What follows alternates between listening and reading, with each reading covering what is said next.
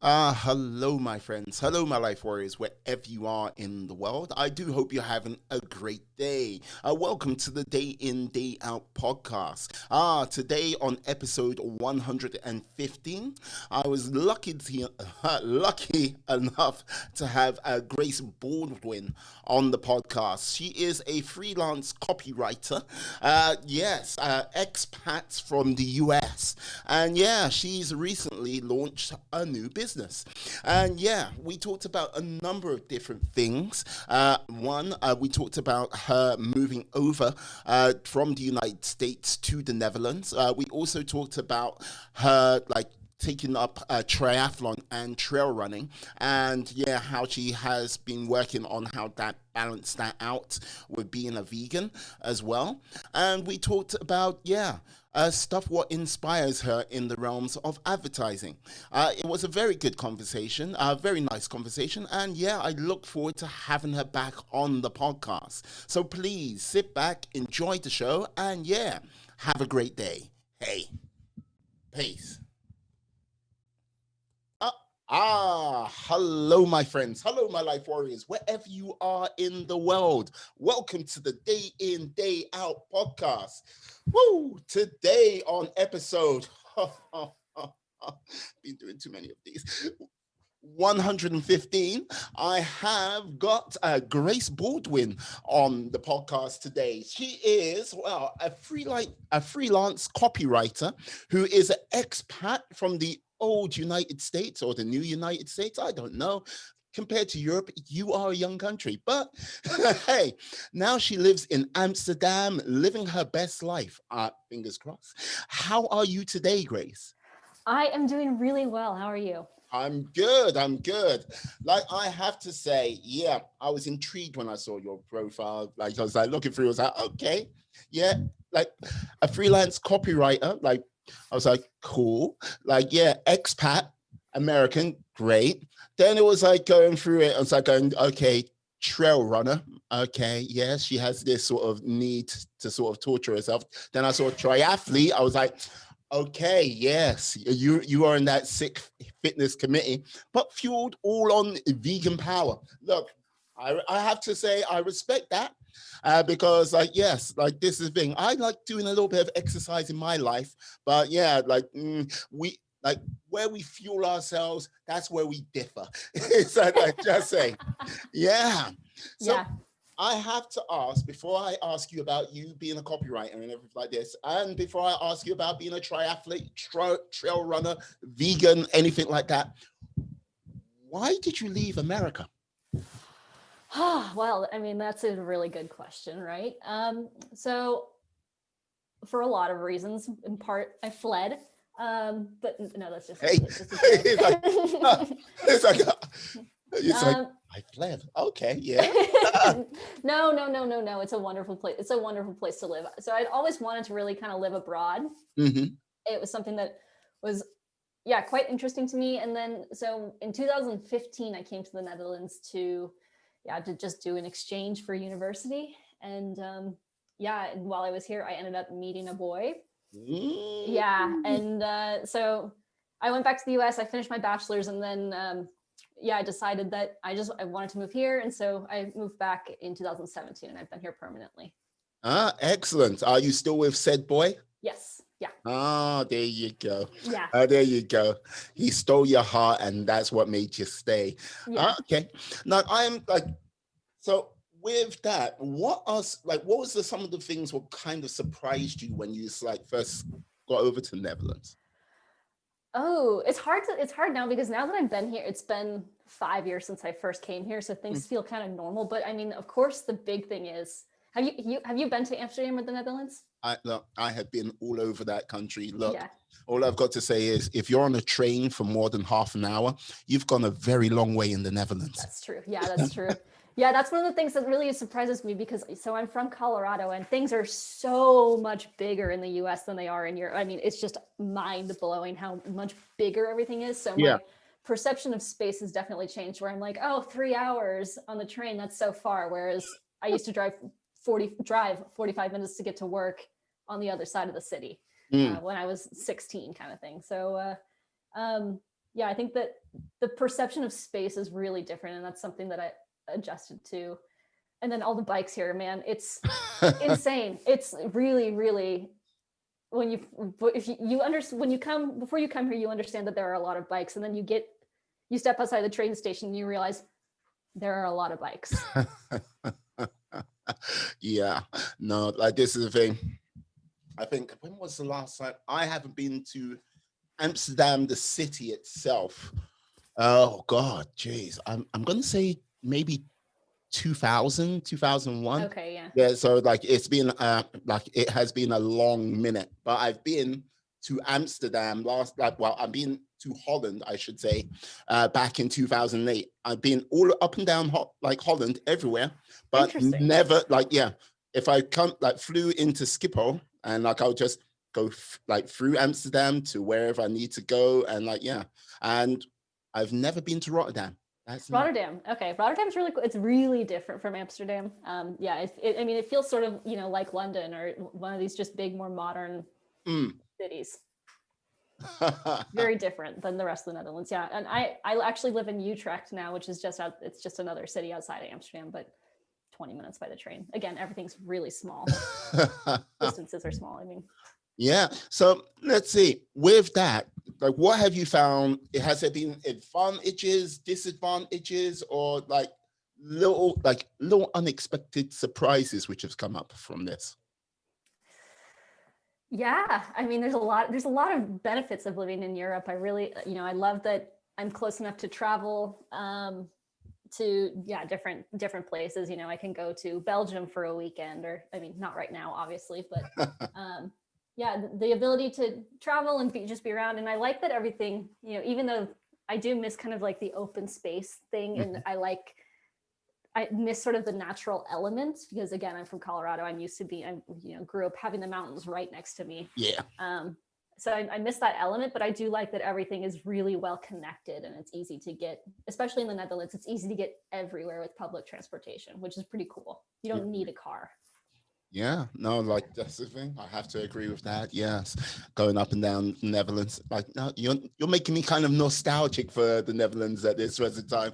Yeah, so I was like, oh, I remember that. But yeah. Why have you done so much traveling here? Basically, back in the day, I used to sell satellite communications equipment for the maritime industry. So one of the things I had to do was I had to travel around Europe a lot. So one of the main countries, it was Norway mostly, then it was the Netherlands. So I had to work out how to get around the Netherlands with my, how can I say it? My mastery of many languages, being a British citizen. Yeah, does yes. Yeah. Gestures. Yeah. Speaking loudly. Looking pathetic and sorrowful for myself. Help me. Please. Yeah, and thankfully most people in the Netherlands look at me and go, yeah, I speak English, come on. Yeah, I can help you out. Yeah. So yeah, so it was great on that side of things, but yes. It is quite nice that everybody speaks English here, but it makes it quite difficult to learn Dutch, because people will hear. So yeah, I mean, my boyfriend is Dutch, and I speak Dutch with his family, and I really try and learn it because at this point it's now a more long-term thing for me to be here. But it's very hard to go into a cafe, and try and order something in Dutch, and then they hear your accent and immediately respond in English. Yes, no, I hear you. I hear you. It's you should be you should wear a T-shirt yes, I am trying to learn Dutch. Yeah, I have a little pin that says "Speak Dutch with me," and I feel super dweeby when I wear it. Don't. Yeah, you're there to learn. Damn it, you're there exactly. To learn. Yeah. So, with this, okay, you've been a copywriter. What is a copywriter for people who don't know? Yeah, so I write marketing and sales materials. So, I write websites. I write websites are really the thing that I enjoy writing the most, but websites, blog posts, basically anything that's on the internet that has words is written by a copywriter or a content writer at some point. And so yeah, my specialty is really helping marketing and sales teams make their product more marketable, and also sort of helping figure out the funnel and how are we going to position things and what are we going to say about this product that's unique. So yeah, it's a really fun job. I really like it. Yeah, like I can imagine like being in the sort of side of things where you're like coming up with the creative for it. Yeah.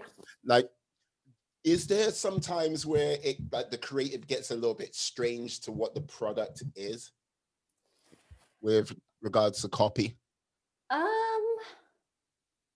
No, I don't think it gets, what do you mean by strange, really? Like basically, like they go, we got this product here, but they like, it's all right. They sort of like go off on a tangent and like, you like go, yeah, we want you to write this, but the product does something completely different. Yeah, you sometimes have to figure out, you have to kind of align things and say, okay, this is what the product does, and here's how we can make it sound sexy. Yeah. And yeah, and I was just thinking about this earlier today, but when it comes to writing the stuff or marketing or selling the stuff, you can't pretend to be somebody else. You just have to be yourself and focus on what makes you really unique. Mm-hmm. And then figure out the right way to say all of that. Yeah. So like, did you just stumble into it, or was like copy, like, I want to be a copywriter, and you stood there as a beam of light came down upon you and went, yes, you shall be a copywriter? Yeah, so I did just kind of stumble upon it, but it makes total sense for me. I've always really liked kind of I've loved writing since, for as long as I can remember. And I've always kind of liked advertising. I thought it was really interesting. And I liked, I remember I would write flyers for like a garage sale when I was in my teens, or in internships, I was always the one making little posters and stuff like that. And I really liked all of that, the design and like writing element of it. And then I sort of realized that that's actually a job, and that I just naturally gravitated towards it. But yeah, I ended up in it because it was something that I could do here, because I moved here when I was 22 and had not a lot of skills, but it was something that I could do here, and that I could really do from anywhere in the world, and be freelance and have the mobility. Right. She's a lady with a certain set of skills. Yeah, exactly. It was a skill set that I had internally, but then over the last couple of years, I've really formalized it. Yeah. I have to ask, like, are you a sort of advert connoisseur? Because you're in the mix, do you kind of look at TV adverts and like, oh, wait a second, oh, I see what they've done there, or advertising campaigns and go, I like that campaign or not? Has it turned you into that kind of in some regards? Yeah, you kind of look at the world a little bit differently. Sometimes I can turn it off, but then, sometimes you see things that are just so spectacular and you're like, this is an amazing website, or, I love what they did here. And you can sort of see like, the mechanisms behind something. Right. What was one of the last sort of campaigns or like website or something, what made you like, oh, wow, that's a brilliant job right there? Yeah. So, how Spotify every year does their year in review kind of thing? I've paid attention to it slightly. Yes. Yeah. Yeah. This year one of the pieces of copy they wrote for it was, thanks for spending the 67 months of 2020 with us. And I literally took a screenshot of it because I thought it was just so brilliant. And it was a really good moment where the writer met the user right at exactly where they are, which is a really brilliant use of copy. Yeah, like this is the thing that is quite decent actually, because the one sort of iconic one most people go to is Apple 1984, where like you see the lady running down with the big hammer and then throwing it. Yeah, but, like the one what always sticks out in my mind of just sort of legendary marketing, branding, everything like this. When they like first started Air Jordan, I was like, yes, okay, yeah, I get that. It's like, yeah, exactly. Yes, it's pretty cool how these campaigns can really speak to people and change culture in a way. So I think it's a really interesting space to be in. Yeah, no, this is the thing. People just don't realize how marketing and advertising is there with us on that sort of day-to-day basis. You might not be aware of it, but it's there, always whispering in your ear. Exactly. Yeah. So you say you find it hard, like you find it hard to turn it off sometimes. Like, is it because you're like going, okay, yeah, I see the little strings being pulled, or how is that? Yeah, especially if I, because I really like websites, right? So if I'm looking at different websites, especially with like software websites, Mm, I'm looking at them to also learn from them. So that part, so it can be hard to turn it off if I'm looking, at something that's specific, more specifically to like what I do. mm, Um, because I mean, I don't really sell like Air Jordans, right? I yeah, work more specifically with smaller tech companies, so yeah, I'm always paying attention when I'm on a website for myself for that reason, um, just to sort of see what other people are doing. But yeah, it's, you can sort of see, okay, what's the thinking that goes into this page, mm, and why have they done what they've done? And it's especially, it's harder for me to turn it off right now because I'm just really immersed. I've the last couple of months I've been really immersing myself in trying to learn as much as I can, and just go as deep as I can. right. Sounds like you've got a big push happening Yeah, in the next couple of months. yeah. Can you elaborate, or is it like mum's the word at this present time? Well, yeah. I mean, what really happened was, so I actually was working at a company, in-house at a company for 2 years, and I just decided to go freelance in September, Wow. very suddenly. So yeah, it's not necessarily that I have a big push coming in the future. It's more that the last couple of months I've just been told my life has changed really dramatically because I have gone freelance, and it's been, which has been wonderful. It's been a nice change of pace. Yeah. And like, this is the thing, like, it's a bold, like, with the way the world is at this moment in time, it's a bold step. Yeah. Was it a case of you just saw, like, looked around and went, you know what, conditions are right to make this bold step? Or was it a case of this, like, going, if I'm not going to do it now, I'm never going to do it? What was going It, through your mind when you came through that? yeah. So it was both of those things. The story is that I was actually leaving my job to go to another job, Ah, which then fell through last minute. And I just really took it as a sign. I'd been thinking about freelancing for a long time, and it was something that I'd always kind of, because I had freelanced before yeah. for about 8 months back in 2017, 2018. And I really had enjoyed it, but then I went in-house. But it's always something that had been on the back of my mind, and I'd always wanted to really do it, Mm, for the longer term. But then, I just, when everything happened in August with my jobs, it just took it as a sign from the universe that this was the moment to do it. And I thought, okay, I might as well try this. If it doesn't work out, I can always go find another job, but let's just try it and see if it works. And it's been working really well so far. oh, I like it. I like it. Like, this is the thing. I I think so many people, like, get sort of caught up in their sort of comfort zones, if you get what I mean. And like, when they get caught up in those comfort zones, they don't realize you might be comfortable, but you're not actually sort of growing as a person. And like, yeah, taking those sort of steps to like sort of move yourself forward. And yeah, you know what? There can be a nerve like jangling, and like, yeah, you're like going, oh, this is like, yeah, if I could just have the safety of this. But you know what I mean, you're not going to sort of push yourself to that next level. And I think, yeah, with the step you're taking, look, I wish you luck with it. And I'm sure you don't need it, because hey, I have a sense you've got like, yeah, the drive and ambition to like push through with it. But yeah, like, take that bold step. Yeah, Get exactly. through. I mean, I totally understand it too, right? Like, I mean, I probably wouldn't have done it if the circumstances hadn't allowed for it, right? Yeah. But uh, yeah, I think that especially this year, a lot of people have gotten the chance to actually pursue a dream, Mm. and do something just really different. Um, so yeah, and I hope the best for everybody that's doing it. Mm.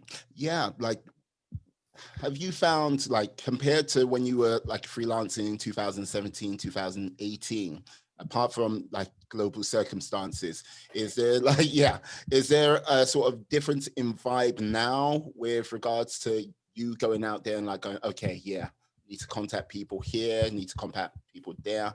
Or what is the general vibe? What experience have you found?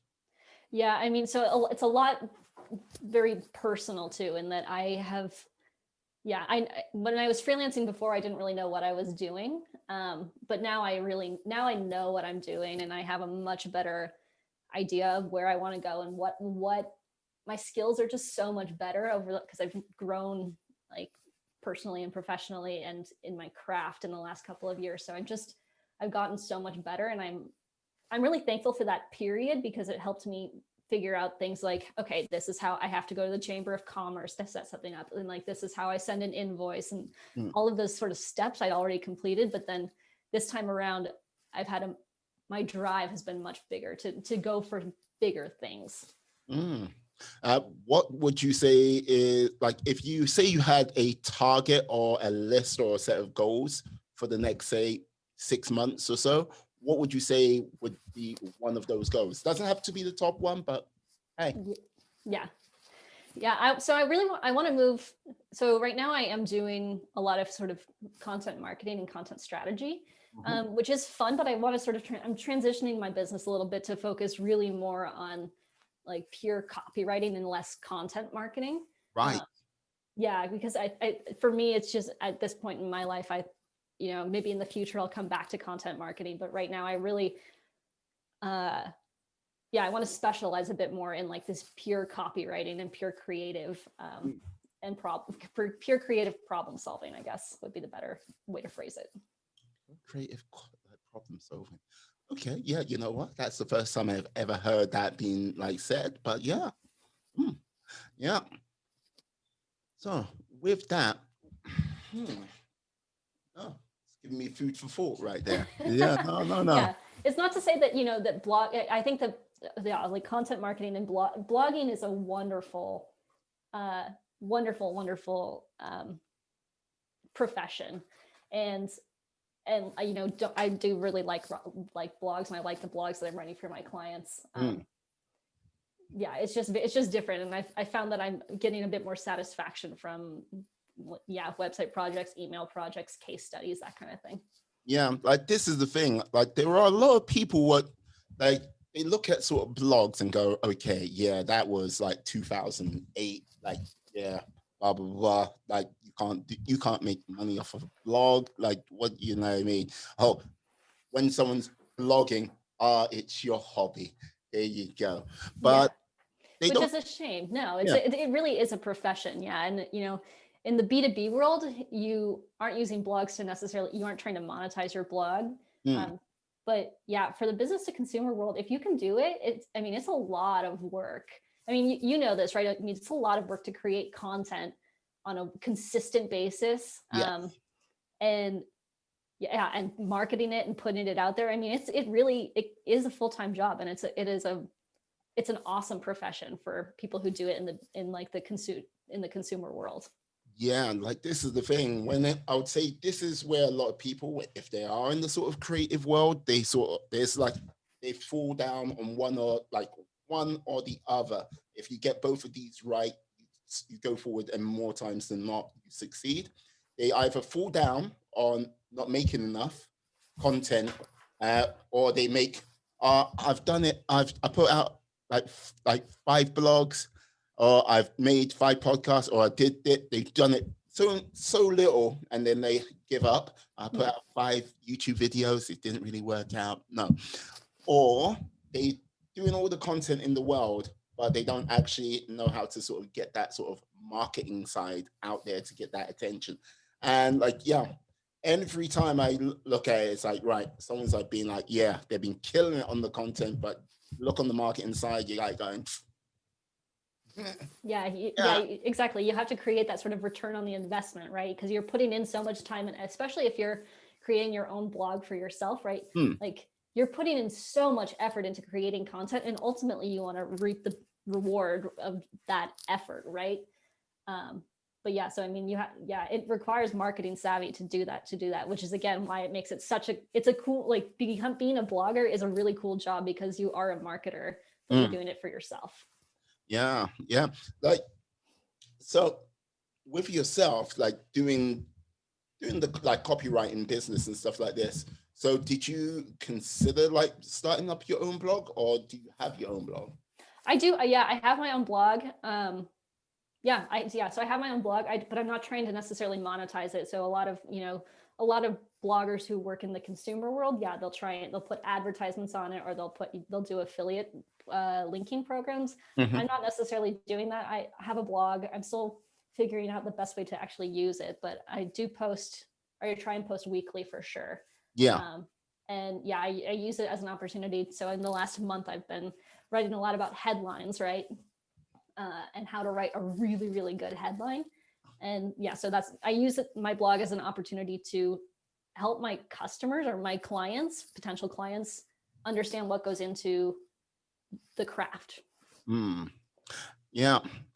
The craft. Like, you see, when you say the craft, there's always something a little bit like, you go, okay, what is the craft? You're like, yeah, the craft. But it's like craft. It's like when you go, like search engine optimization, you're like, yeah, SEO. It's like, what? It's a whole world. Yeah.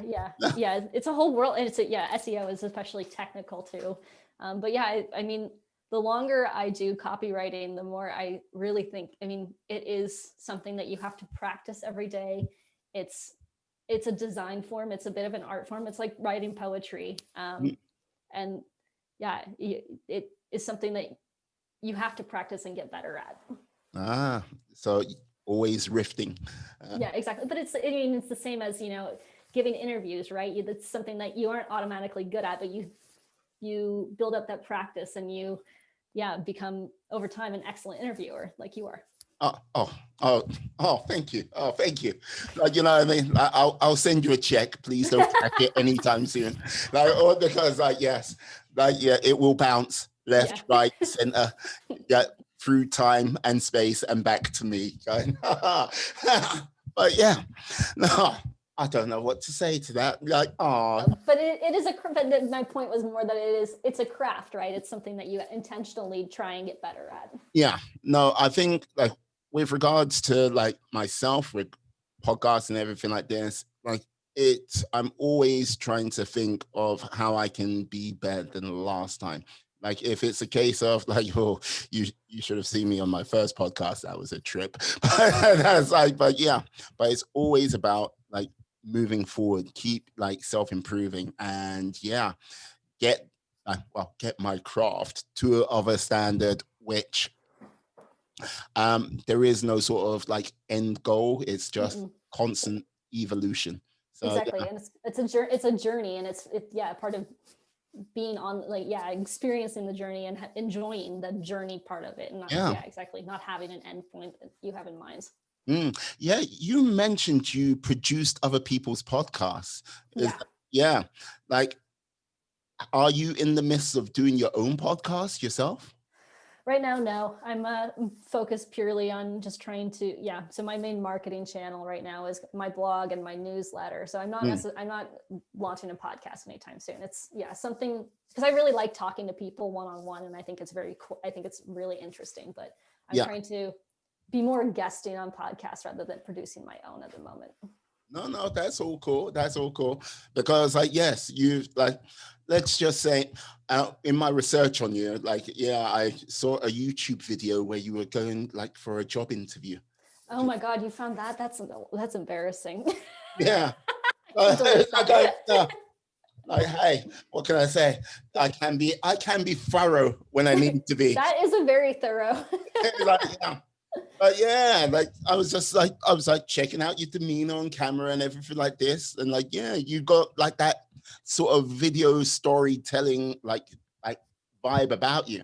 Like, would you sort of consider, like, if not doing a podcast, but sort of like doing a YouTube channel, sort of documenting your sort of journey as well, a newly found like business owner / like entrepreneur?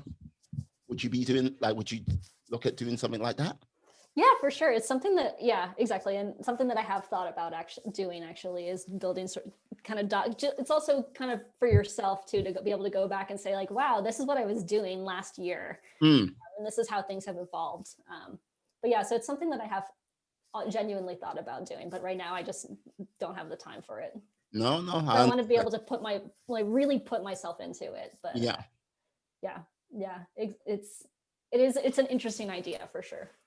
Hey, look, this is the thing. I think you'd do really well if you did like go down that line. I think you would really spark up viable too, especially being an American expat, like just outside Amsterdam, with like doing your trail running, like triathlon and such.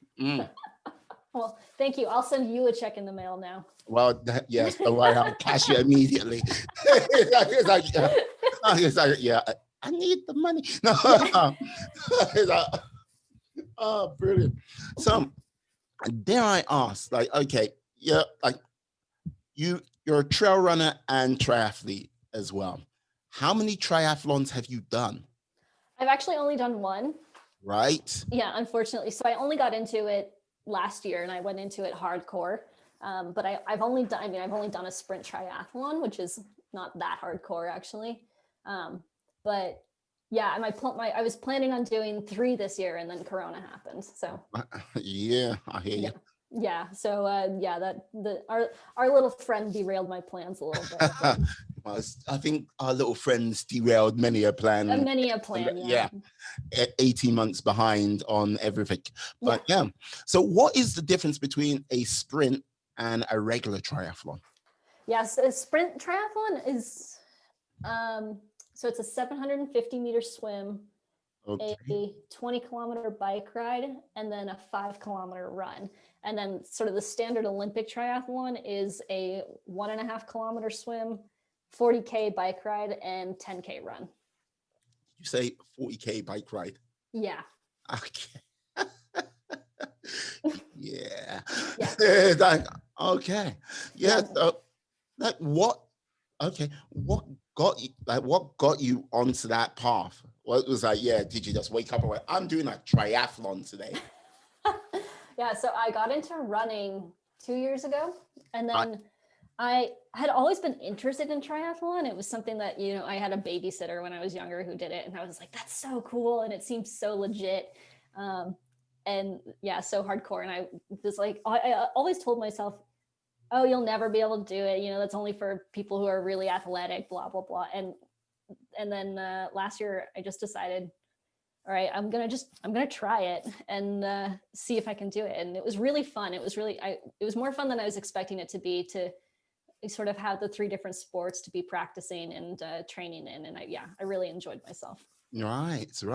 Okay. So this, like, if it wasn't for Corona, you said you were down for free. Was it going to be all sprint, or was it going to be like regular triathlons?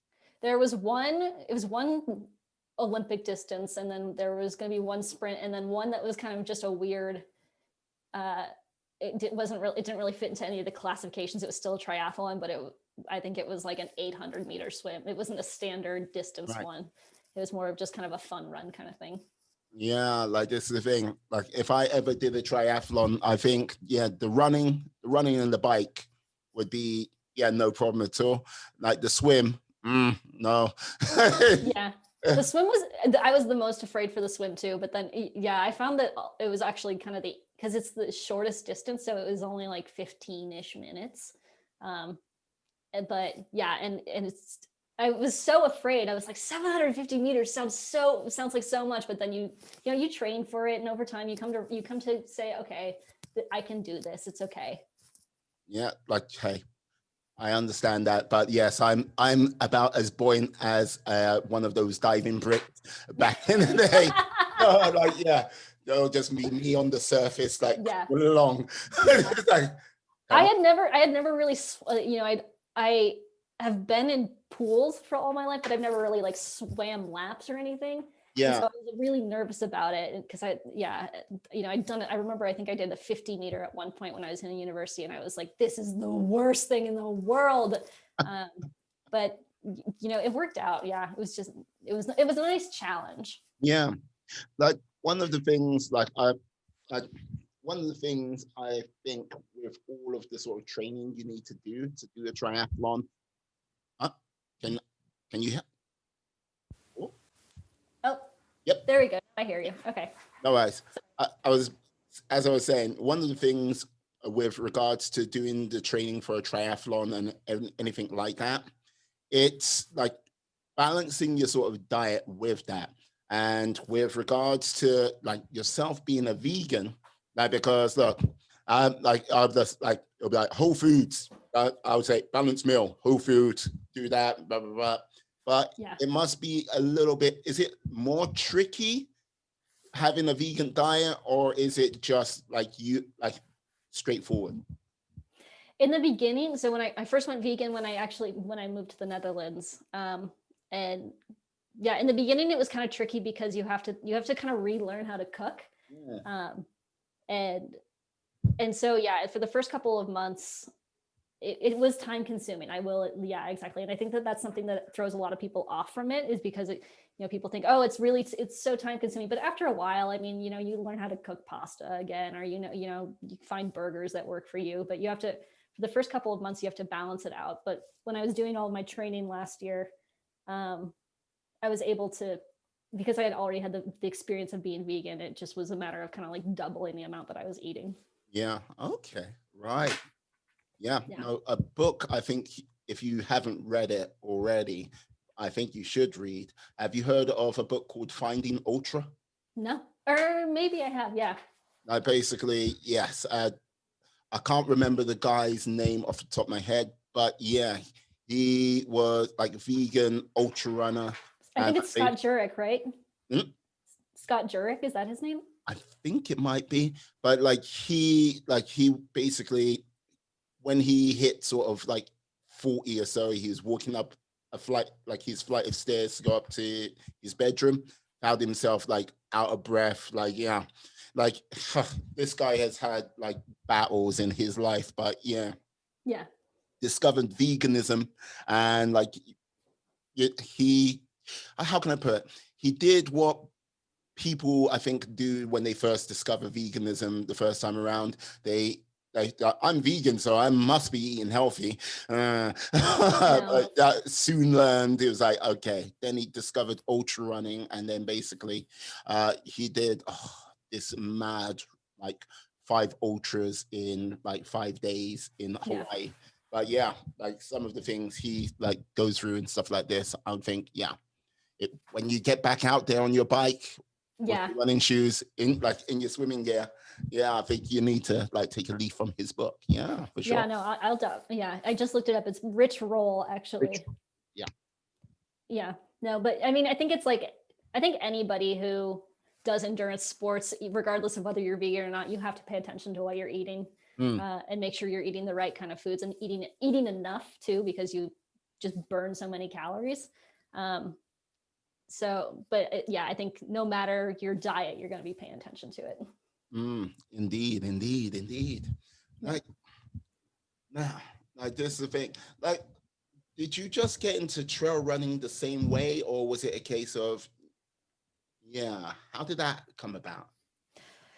My boyfriend was into it, and he was very into it, and so I just kind of started going out into the nature here as well too. There's a nice woods area that's like 10 minutes by train from my house. And it's a nice way to sort of get out and go somewhere different. And I've gotten to explore a lot of the Netherlands that I otherwise wouldn't have seen, which is a pretty cool experience. Excellent. Yeah. I have to ask, look, you're in the Netherlands now, like with your lovely chap, and like you're enjoying life. Like, is there a list of like countries you want to go to next? What would be the sort of number one, the gold star? I really want to go to Greece. I've never been, and it just seems nice to sort of be in the sun, and I think, yeah, have winter time of like 16 degrees or something like that, and sunny, and not cold and rainy and wet like it is here. But yeah, I've always wanted to go to Greece, so hopefully at some point I can do that. No, I'm sure you will. Yeah. And then like maybe Austria too. Why Austria? I've never been.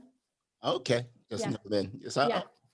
you're in a key place where you can do all your European travel in like no time at all. Yeah, it's quite strange. It's quite strange though, because now that I've been here, I kind of like, oh, I'll get there someday. And so I've done very little travel since I've actually moved here, which is very strange. I think it happens to a lot of people, especially Americans who move here. They think, oh, I'm going to go to a different country every weekend, and then life happens. Yeah, No, you see, you've been kind of normalized. You see that, exactly, you've been taken in by the clan.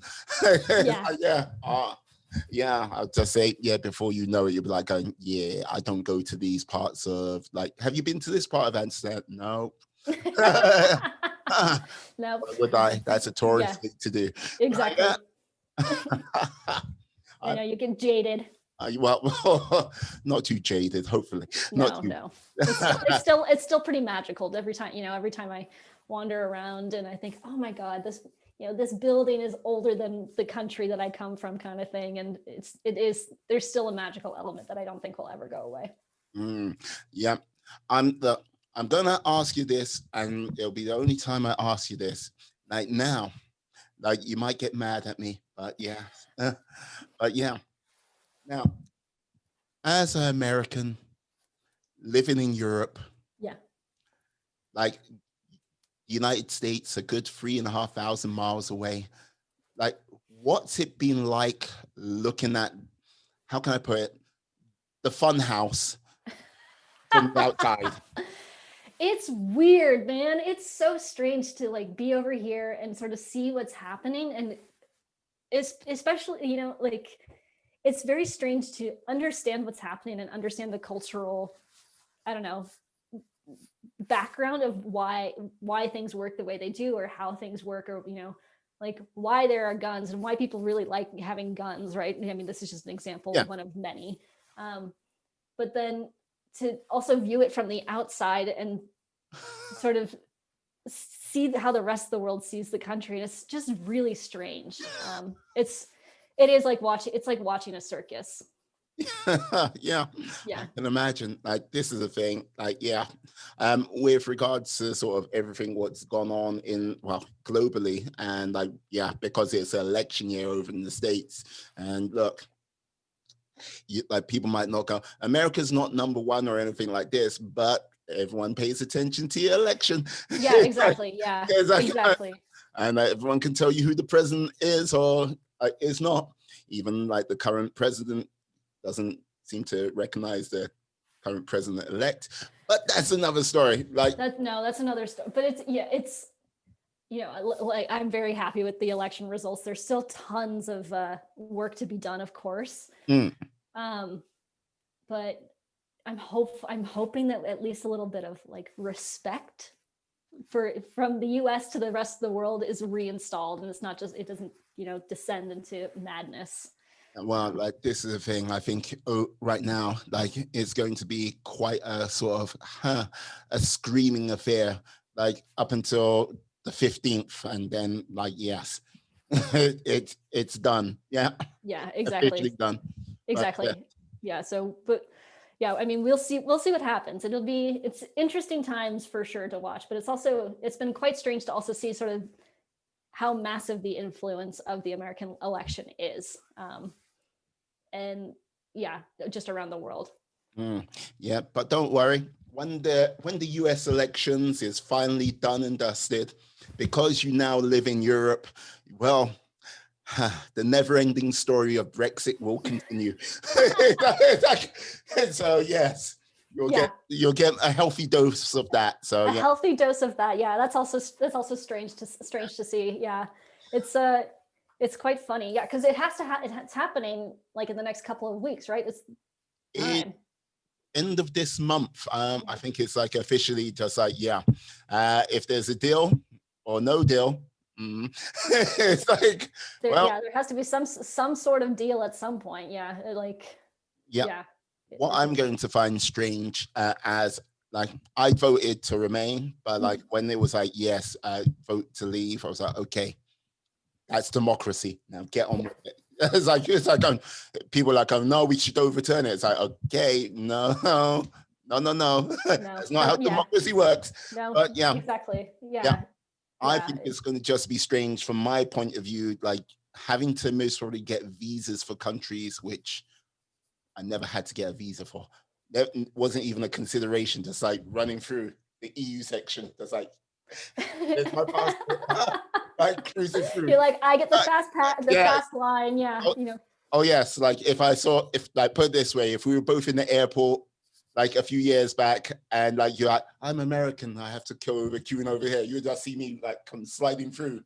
yeah, exactly. You see the rest of the world. We're in that long winding line where there's two people at the passport control stamping for this line of 150 people. Yeah, no. And then the European passport, it's like, oh, just electronic everything. Yeah. Oh yeah. Yeah. It's a beautiful thing. It's a beautiful thing. Look, but you get your revenge when like anyone comes over to America. Yeah. That's like it's like, yeah, it feels like I've been on like in this queue longer than my flight, but that's another story. Hey, the thing in the US though is everybody goes through that too. I mean, even as a citizen, you have to stand in line forever. So yeah, that's also a nightmare, is going over there and just seeing the airport and everything too. Also very weird. Yeah, no, I can imagine. I can imagine. I have to ask, where would you like to be in 5 years' time? Like where in the world, or where do I want to Like, where would you like to be in the world, personally, life? Like happy, joy, happy, joy. Where would you like to be? That's a good question.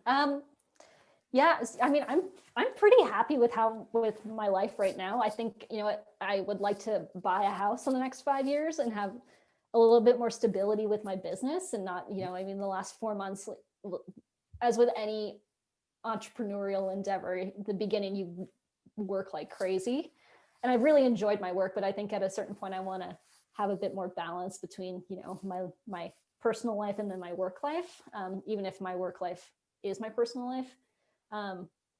But yeah, so I mean, overall, I'm pretty happy. I really like living in the Netherlands. I like living in Europe too. So even if we don't stay in the Netherlands, thinking maybe going to Ireland or maybe to Munich, just somewhere with a bit more actual like outdoors. Yeah, I mean, I think I want just more the stability of the business, but that'll come. Yeah. Excellent. I like that.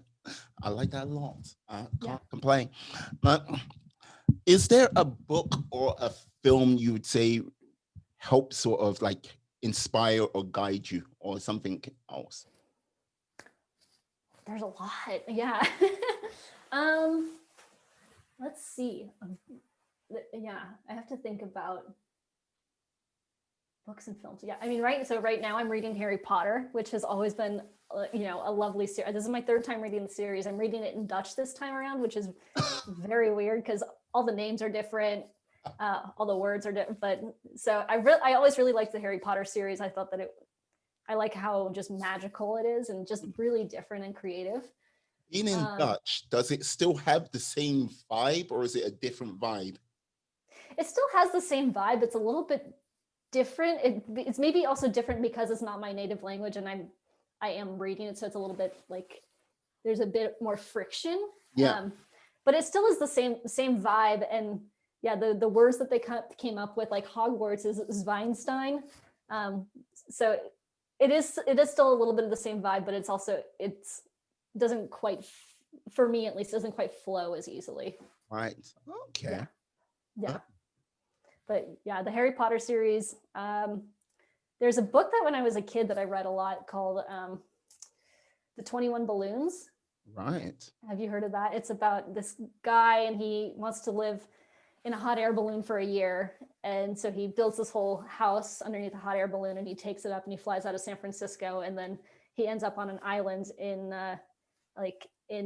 Southeast Asia. That's this volcanic island. And I won't ruin the story for you, but it's an excellent children's book or young adults book that, really inspired me. The writing's really good in it. And then, yeah, in my adult life, I'm really inspired by like David Sedaris's books. I think they're hilarious. See, I need to read a little bit more myself. Like, yes, the only things I tend to read are sort of like autobiographies and sort of like sometimes self-help books. But yes, but that's always with like my audiobook when I'm having a run. So yes, yeah. I'm looking forward to Obama's new book, which I think should be out now, or I think it is out now. Yeah. I want to listen to that one too, for sure. Yeah. Because I really enjoyed Michelle Obama's book. And her book was amazing. Yeah. Just because there was this one bit, and like this is like a kind of like with regards to how you think you are being perceived and how like people perceive you. There was this one moment, and it like sticks out like a sort. It's like can't forget. Like she's like on the campaign trail, she's doing all the speeches, and every time she does a speech, there's drops in the points. And like she was like they played it. They went, look, they sat her down. She was like, yeah, like they went, okay. They didn't even try to explain it to her. They went, okay, watch it. Like watched it with the audio on, and she was like, yeah, it's fine. And went, wait, they muted it, and like just through her body language and everything like this, it was just like she looked at it, was like, right. Yeah. Ooh. It's like it was just like really sort of night and day, sort of like, yeah. Exactly. And if I remember correctly too, they were talking about how then, like the news outlets can then sort of, they can strip the audio away and then say something about the aggressive nature of Michelle Obama or whatever. Yeah. And then talk over it and like leave her body language there or, so which I thought was a really interesting lesson for sure. Oh yeah. And like, so much pressure if you're in a role like that. Oh yeah. Like this is the thing, I would say to do something like that, to sort of put yourself out there.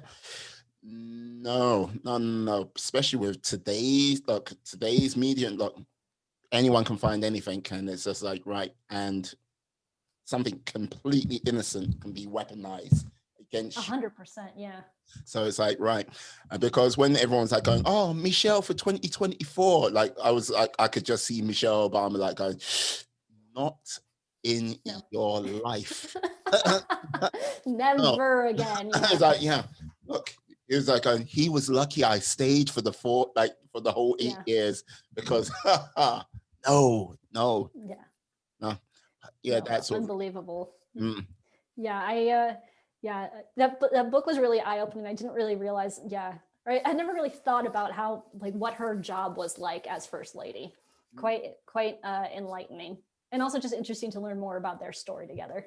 Yeah, like the whole thing is it's like you kind of, how can I put it? The First Lady and the Vice President like are kind of two roles which you kind of like they must have some importance, but you don't actually see all the work they're doing behind the scenes. Again, working, having a full staff, going through the day-to-day schedule, the grind, and having to react to seemingly like things which you're like going, right, what? And it's like going, okay, we've done an Easter egg hunt, and you're going, and that's all you see. You get what I mean? It's like Easter egg hunt.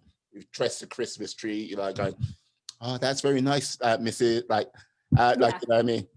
Miss President's wife, thank you. That's great. You go, no, she's the First Lady of the, you know what I mean? There's a exactly. And that they have, exactly, that they have to have these sort of initiatives too, and it's just quite strange. I mean, it is a job, right? But it's not a paid job. But it's also even just as a relationship too, being there to support your partner on both sides, right? Quite a strange situation to be in, to be the first family. Absolutely. And I would say if you want to really test any relationship too, go through a U.S. election campaign. I think that'll really test you. I believe so. Yes. I have to, I have to be honest with you. I've got to reveal this. And like, it turns out like I've been hiding stuff from you. I'm sorry, but Oh gosh. I am a being of supreme cosmic power. Like, Okay. yeah, yes. And yeah, I've got to say, yes, I can grant you one wish before you start and before you come into anything like, I want more wishes. No, you can't have that. I want to bring people from the dead. No, look, they're like the Aladdin rules apply. And yeah, if you want to write down stuff on a piece of paper and wish for everything on that piece of paper to come true, no. And you can't have world peace because too many people ask for it. What would your one wish be? That the coronavirus goes away. I don't know. No. Why can't that one count? That one wasn't on the original list. Look, people have been asking for that as well. No, no. Too much. Can I wish that people wear masks? Or that there is less of a political debate around masks? Huh. Well, like, look, I said I can grant you one wish. I didn't say I can like grant you a miracle. It's like, look, it's like, but yeah, if you want the mask thing to be like, yeah, I can work on it for you, but like it might mean most of the world turns into a police state. But that's another story. It's just so frustrating to me. It's like I get that the mask can be uncomfortable, right? But it's all about caring for other people and for yourself, and yeah, just I don't know. I saw the governor of Colorado posted something on Instagram. This is just so millennial, right? The governor of Colorado posted something on Instagram that was a quote from Dr. Fauci in the US that was saying, you wear seatbelts to protect yourself, and there's no debate about seatbelts anymore. Masks are the same thing. I mean, it's just a way to, even if the effectiveness of them is debated, it's still, why not wear it? Yeah, like this is the thing. I don't know anyone who likes wearing them. Like, what I mean? It's just like, okay, if you're wearing glasses like yourself, they team up. Yeah, like you're like going, okay. But yeah, it's a safety thing. And look, one of the things like after the big coronavirus pandemic thing is over, come flu season, I will still sport a mask because like the mad figure that flu has come down by, like something like 95%. Like it was like going, they're going, okay. Rather than get a flu shot, just like wear a mask for like at least 2-3 months. Yeah. And with regards to this, just wear a mask. Like it's going to be a limited time. When things get better, no need. Yeah. And then it'll be like, wear a mask during flu season. Why? Because they seem to work well. They seem to work, yeah. Exactly, yeah. They seem to work well, and it keeps everybody healthier. Like, let's all work. Yeah, exactly. Yeah, care about each other, and like, it's about being a part of a community, I think. Yeah. But yeah, do you think that masks will endure after the pandemic? I think it's going to be a yes. Like the reason why I say this, and I think it'll be more sort of how Japanese culture does the whole mask thing. If someone's sick, they will wear a mask in Japan and like sort of like do it that way. Mm-hmm. I think that might be a thing which will be ingrained in some people. I don't think it's going to be absolutely huge or massive, but I think there's going to be a fair share of the population which is forever changed with it. Yeah. I think people are going to be a bit more conscious of kind of breathing on each other. Yes. And look, and when people are sick, trying to go into the office, like it's like just go home. Just go home and rest. Work from, or even if you're feeling fine, but I don't know, like if you have enough energy, just work from home. Yeah. If you've got a job where you can do that, do that. Yeah, exactly. People will understand, especially after 2020. If they don't understand, yeah, they've been in a coma for the whole of this year and then some. Yeah. Exactly. I know. I I think it will, I think things will definitely change for sure. And hopefully we can be a bit more compassionate to each other, but also if it's just selfishness of like, I don't want to get sick, so I don't want you breathing on me, then yeah, I don't know. I think it is not necessarily a bad thing. No, I agree. I agree. Yeah. Yeah. Like if there was one positive message you can give people out there before we go, what would that message be? Yeah, I think it goes back to what we were talking about earlier, right? Of kind of, it's, yeah, there's the risk involved with taking a leap of doing something.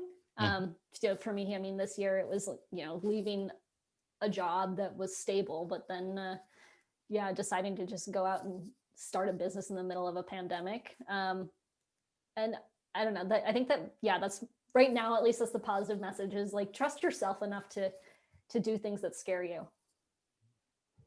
I like that. Trust yourself to do the things that scare you. Brilliant. Yeah. Brilliant. Yeah. That would be my little tidbit, I guess. Oh, it's a great tidbit. Happy to hear that. Small but mighty, but it's great.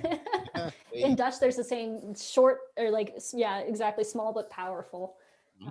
So there you go. There you go. Yeah. Grace, can you tell the lovely people how they can find you out there? Sure. Yeah. So my website is rhubarbcopy.com, and I have a newsletter. I put a lot of time and effort into the newsletter. I love writing it every week, and I try and make it fun and interesting. And I give copywriting tips and just writing and marketing and business tips. And I also send out like music recommendations or really good YouTube videos that I find. So yeah, sign up for that. That would be where that's the best way to get in touch with me, is go to my website. Perfect. What I'll put that into the show notes, the description, so everyone can find you. I'd like to say this to you, Grace. Thank you for coming on today. You have been a superstar, to say the least. Yeah, thank you for having me. This has been so fun.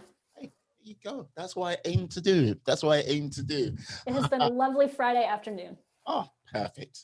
Oh, perfect. Perfect. Thank you, Grace. I'd like to say thank you to you, my friends, my life warriors out there, for staying, watching the podcast, listen to the podcast up until this point. Please stay safe, stay well, have a great day. And remember, be awesome, be excellent, be fantastic, be all the positive bees you can be in this world and then some. Have a great day, guys. Yeah. Peace. And we are